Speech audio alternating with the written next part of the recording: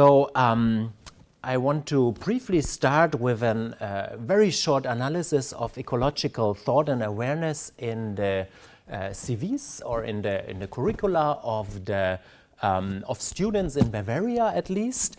And as you can see in primary school, so this is in class 1 and 2, when they just start, there is a very playful and very creative approach where students shall find out about how they are interconnected in the web of life. So this is my analysis of it.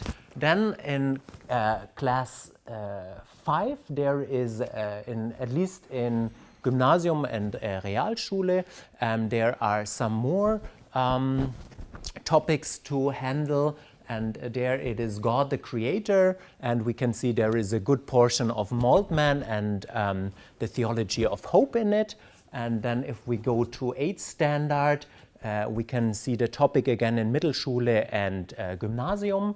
And then students are introduced in what Bruno Latour called the Great Separation. So they have a very European natural approach to what is the perception of environmentalism, and this is challenged with a religious perspective, which is somehow at odds with this approach.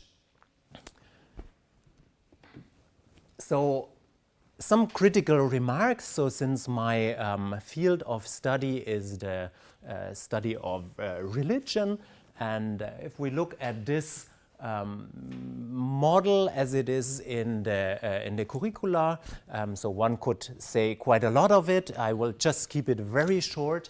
Then we can say in study of religion we have a big critique of the evolutionary model. If we look at how it comes into the curricula, at least in Bavaria, it is an evolutionary model.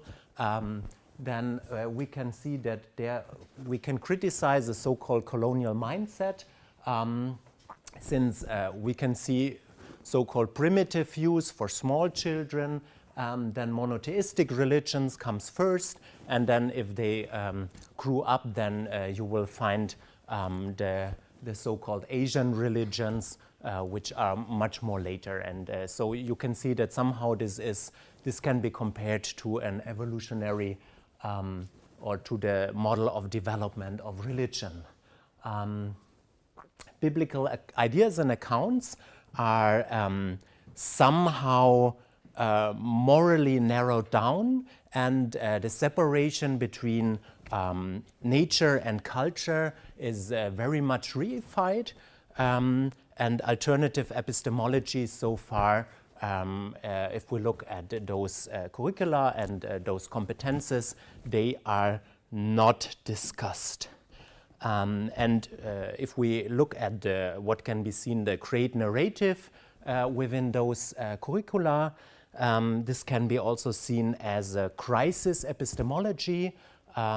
This is a term by Karl Powys White, one writer who is from indigenous perspective criticizing European epistemologies.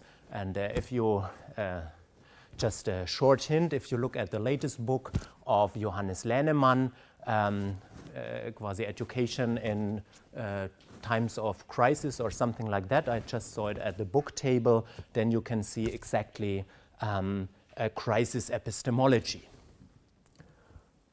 So this just as a first introduction.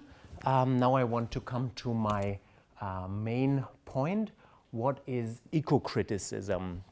Eco-criticism can be seen as a political mode of cultural analysis. It is not only literature which deals with the nature, environment, and its relation to humans and the modern human world, but it is also more a critical mode of analyzing our culture and our literature traditions. Within eco-criticism, something like, this is from Aldo Leopold, Thinking Like a Mountain, one important book title.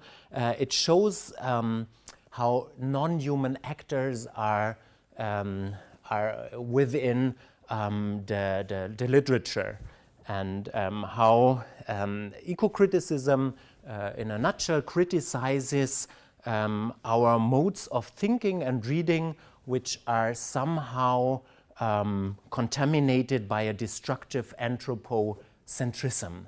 And they are trying to in literature, in art, to make way for somehow creative explorations into the non-human actors and non-human world.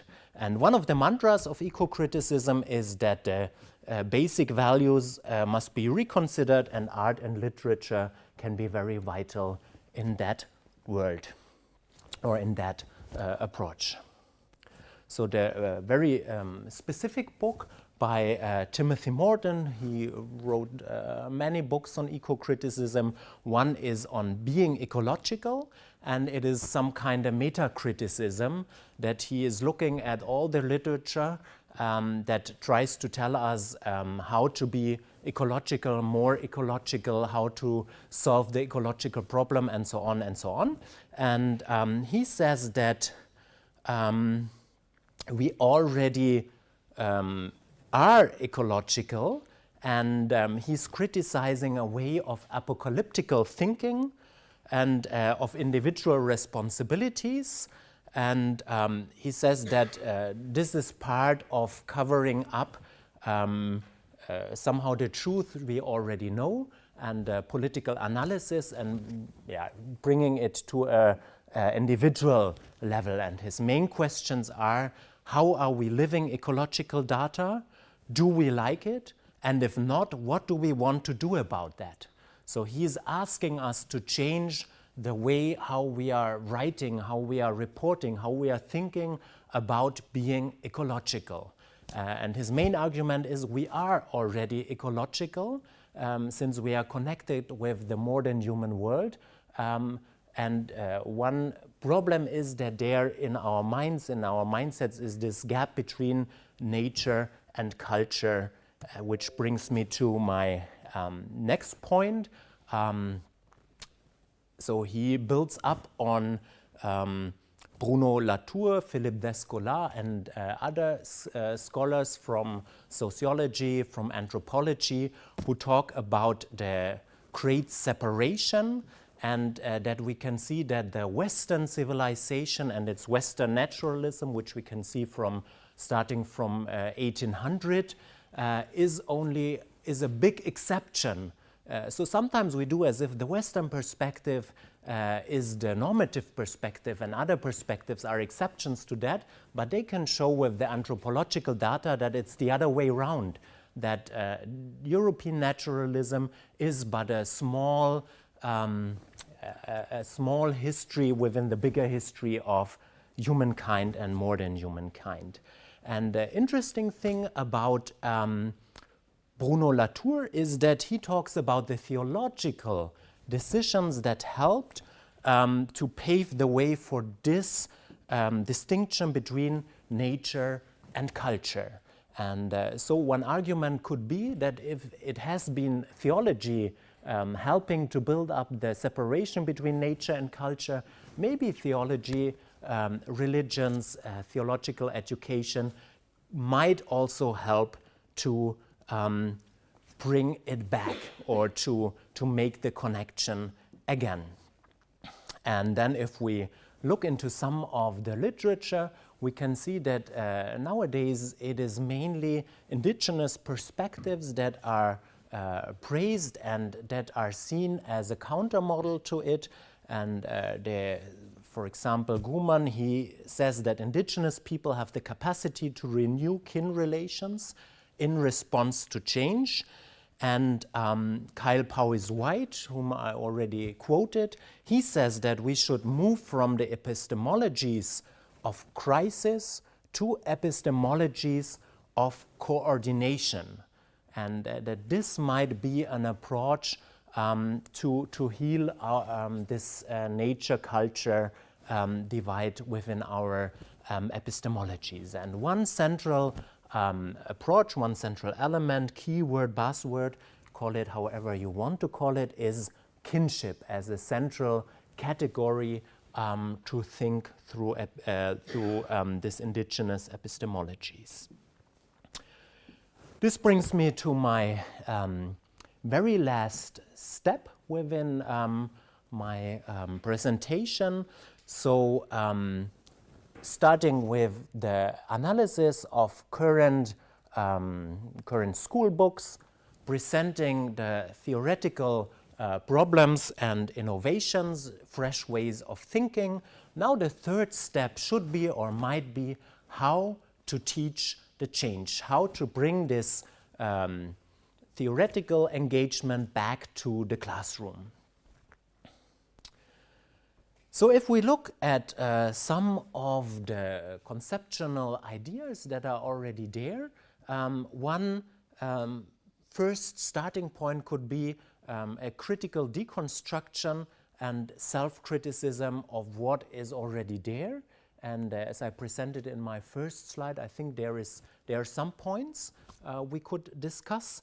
The second would be conceptual alternatives. So I'm very happy for this conference, and I think this is what we are talking about throughout these 3 days, how to build these conceptual alternatives. And I think my specific point would be that if we are looking for allies, if we are looking for partners, for ways to build up these alternative ways, then arts and literature might be our biggest allies, since they already build up really a big core and a big shelf of alternative ways of dreaming, interpreting, and forming the future and our ways of living together with the modern human world. This is one picture of a living root bridge. So I just came back from resource or research visit to the northeast India, and in Meghalaya, the Khasis, this is one indigenous tribe, they are building those root bridges, and out from, they are using the roots of the trees to build bridges across the water. And I think this is a nice picture to illustrate the way how we might teach the change. So ways forward might be that we can interpret religious education as a part of learning ways of being alive. This is another book by a French philosopher called Morisot. And Morisot, he criticizes that our students, they are losing their sensual ways of being connected to the world, and he is dreaming of new ways of being alive and of teaching students, children, to connect again and to think of being alive. So in his example, it is following the wolves, and I'm not sure whether we can integrate this into primary school, but at least I think somehow it gives expression how to do it. And I mean, if we go to the Tiergarten here in Nuremberg, we have a new path on the top of the trees, and there we have it very much integrated, this ways of being alive in their pedagogical concept. Teachers and spiritual leaders might have to kill some darlings, like responsibility or hope, which are always very anthropocentric. So in the epistemology of crisis, one of the keywords is, of course, is hope, and then it's clear, now we have the problem, humans made that problem, humans shall solve that problem.